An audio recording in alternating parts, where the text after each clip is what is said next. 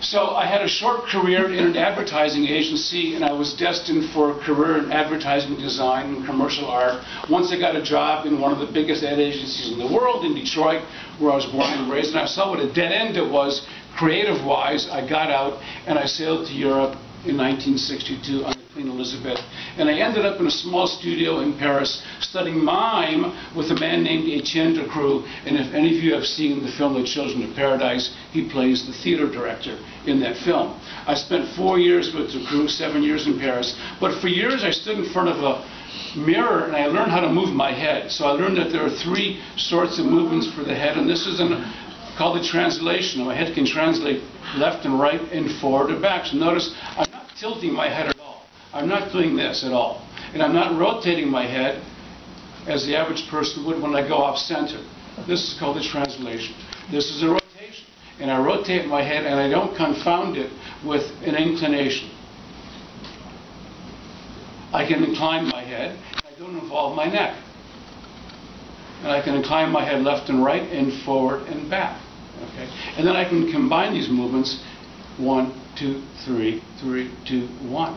1, 2, 3, 3, 2, 1. And I learned to be very specific.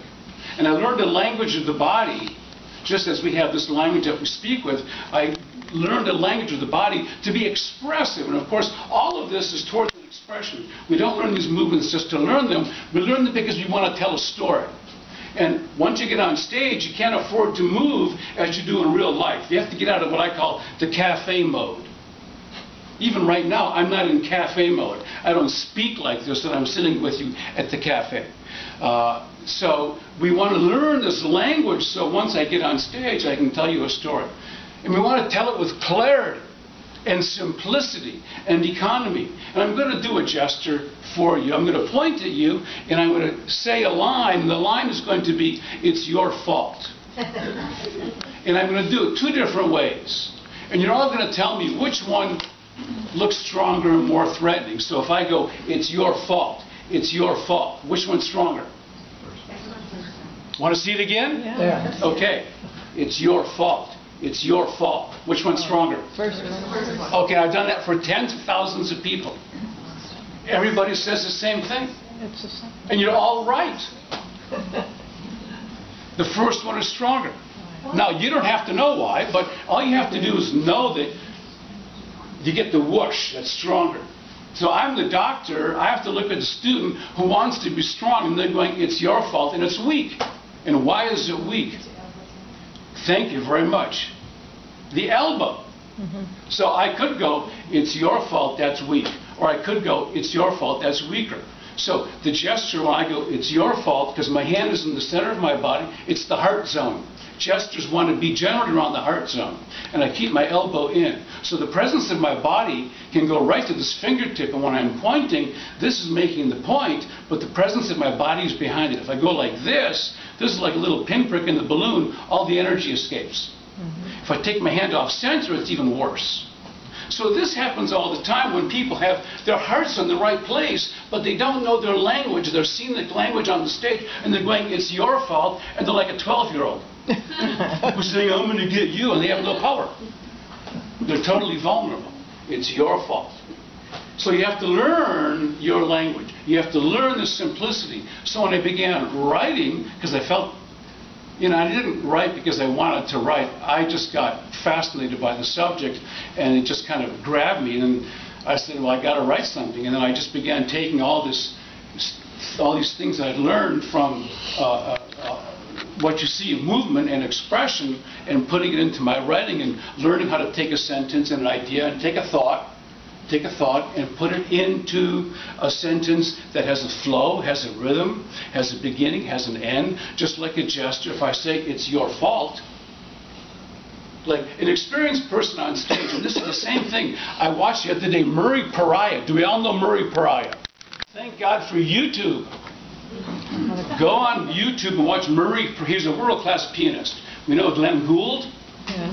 Murray Pariah. Watch Murray Pariah play the beginning of the Moonlight Sonata. Not the Moonlight. I forget what it was, but he did 3 musical phrases: bang, drang. It was that fast, drang. And between each one, he found he came to rest. Bang! His arms came down. Because he knew that after every musical phrase, as is true here, da-da-da-da-da-da-da-da-da, the arms have to find a state of rest. So it's the same thing I find in writing. There's a rhythm, there's a flow, there's a beginning, and there's an end. Now, normally I would be sitting and you would have a greater distance to see my whole body, but we don't have that here. So I'm just going to put this mask on, and I'm going to show you some of these simple ideas in the mask. This is the mask from Bali. It's hand carved. I bought this mask over 30 years ago on my first trip to Bali. I studied mask dancing there. This is the Prime Minister. He's very angry because he wanted to be king. And he never got to make it. So I don't even have the wig, so I'm just going to put it on and stand here and give you a few gestures.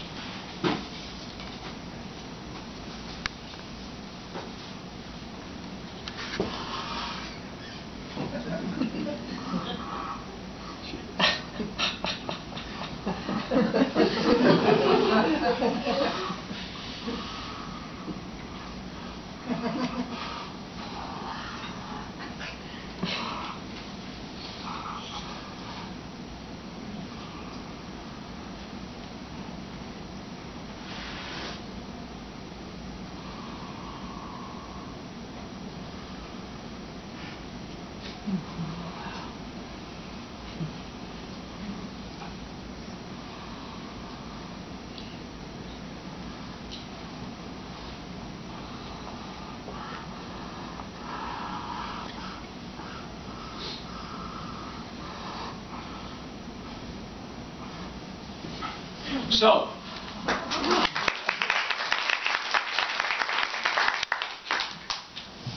little isolation, little gesture, trying to interpret the mask. Now, I've never done this standing up.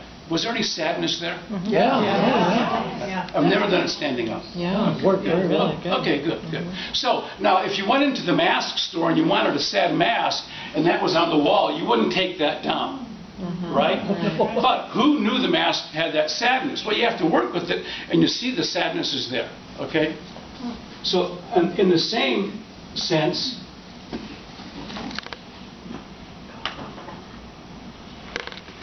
what's that?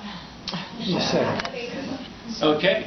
What else can it get? I guess you're going to make it happy.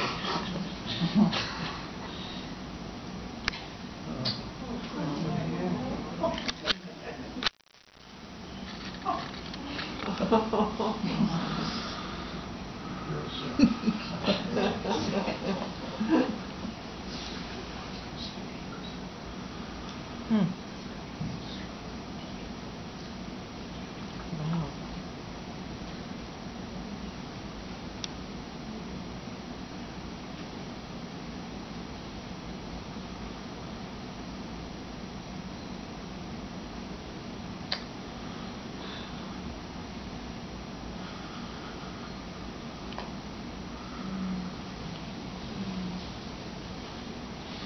So what did you see besides sadness?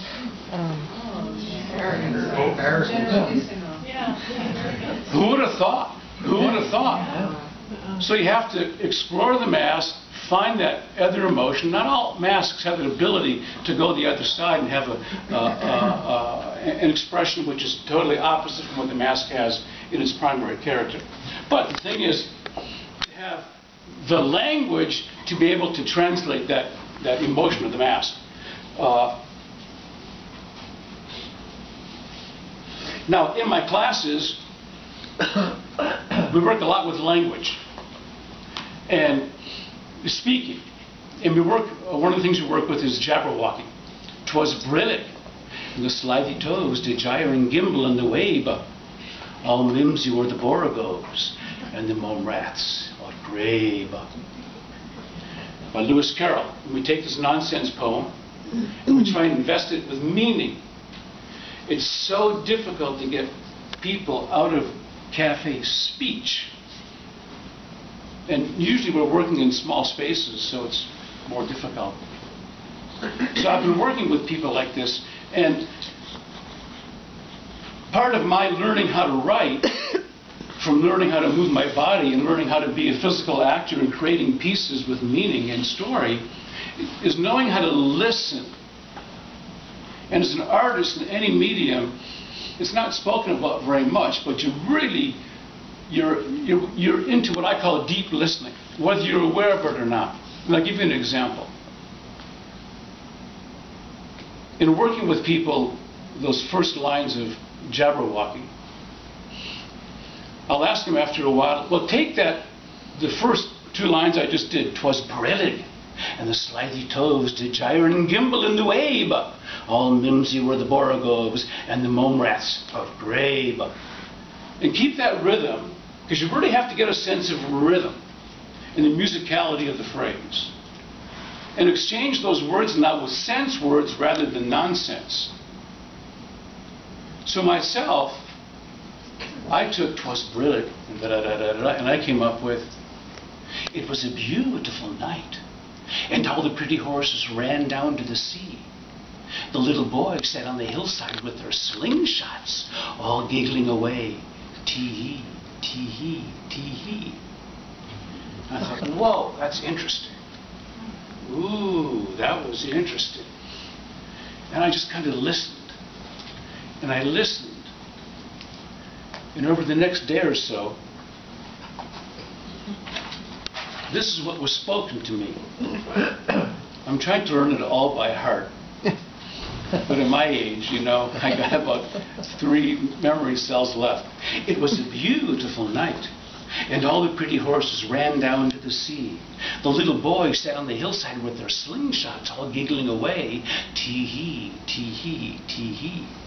The summer air was fragrant, the stars above shone bright. With glee they watched the horses frolic in the beauty of that night. They raised their slings to the ready. Their mischief was about to take flight.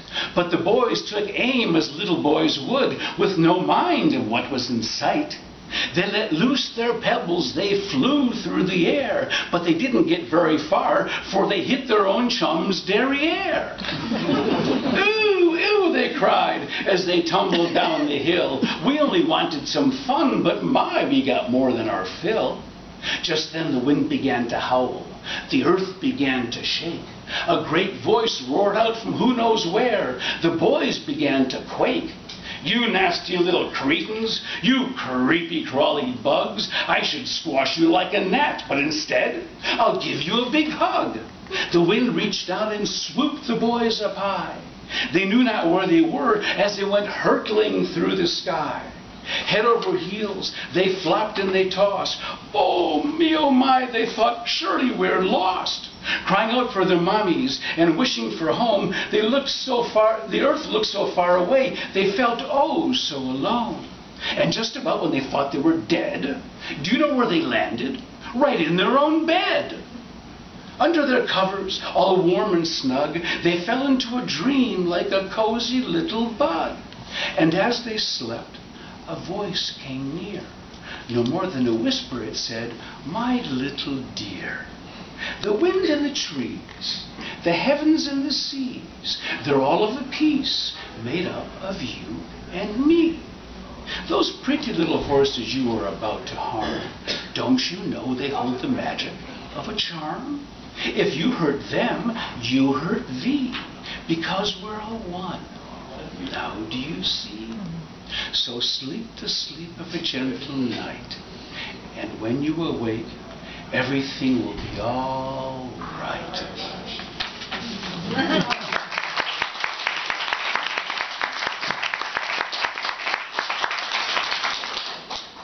No, I'm not a poet.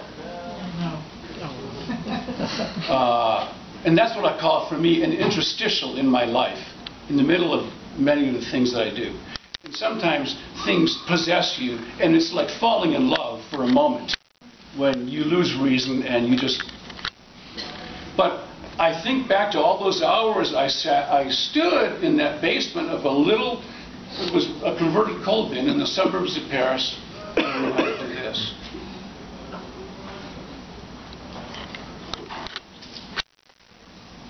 And then learning how these parts of the body relate.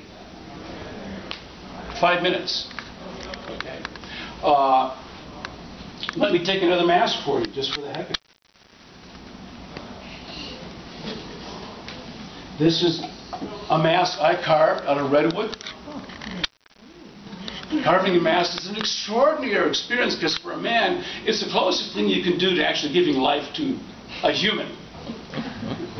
Because you carve very slowly, there has to be a thought behind every single cut. Because you can't go back and make it better afterwards with your clay or whatever, or build it up again. So I wanted an old man with a big nose, and I searched for who is he, and I tried a New York accent and this kind of accent and that kind of accent, and nothing really worked. And then one day I put it on and just started speaking in French with a southern French accent.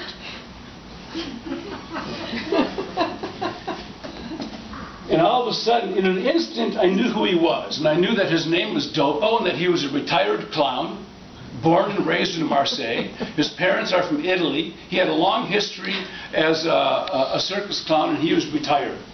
And they actually built a full show with him. It's amazing when I think about it. It's crazy. I did the show in America, and I spoke French in the whole show. I toured it, called Dopo Clown of Yesteryear. And I made sure that his French was simple enough so a lot of people afterwards would go walking out of the theater going, God, I can really understand what he was saying. I didn't lose as much French as I thought I had because I really kept it simple and used a lot of gesture. But here's the very opening of Dopo. He's usually barefoot.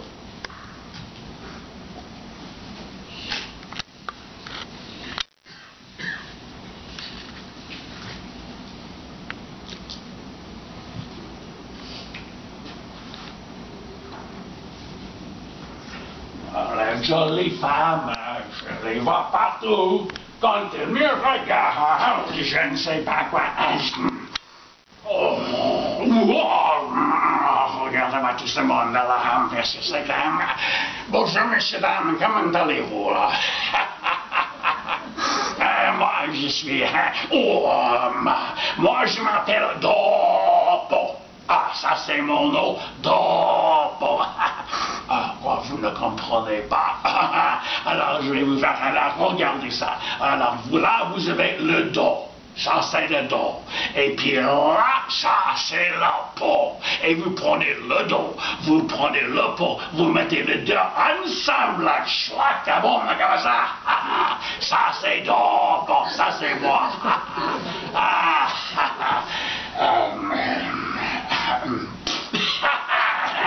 Oh, mon chapeau. Où est-il mon chapeau? Oh, vous avez vu mon chapeau? J'ai perdu mon chapeau. Ça, c'est pas mon chapeau. Ça, c'est mon béret. Ça, c'est mon béret. Personne n'a vu mon chapeau. Mon chapeau, mon chapeau. Ah, là, voilà. Ça, c'est mon chapeau. Oh, voilà. Ça, c'est mon chapeau.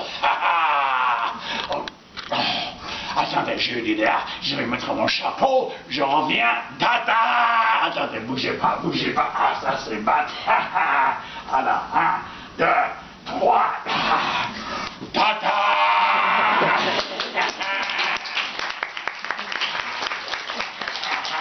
Oh, mon nez. Où il est donc mon nez? J'ai perdu mon nez. Personne n'a vu mon nez. Vous ne savez pas où il est, moi. Oh, regardez-moi, ça c'est moi. Attendez, bougez pas, voilà mon nez. Voilà. Ah, oh, qu'il est beau. Oh, qu'il est beau. Ça c'est mon nez. Il s'appelle Claude Monet. Oh, attendez, j'ai une idée. Je vais par là, je vais mettre le nez, je reviens. Tata! Bougez pas. Ça c'est pas. 1, 2, 3, Tata! Oh, les jolies femmes, je les vois partout. Quand elles me regardent, je ne sais pas quoi faire. J'ai la gueule qui bat très fort, j'aime ça tout bout. C'est quand même dommage que je n'en peux plus. Tata,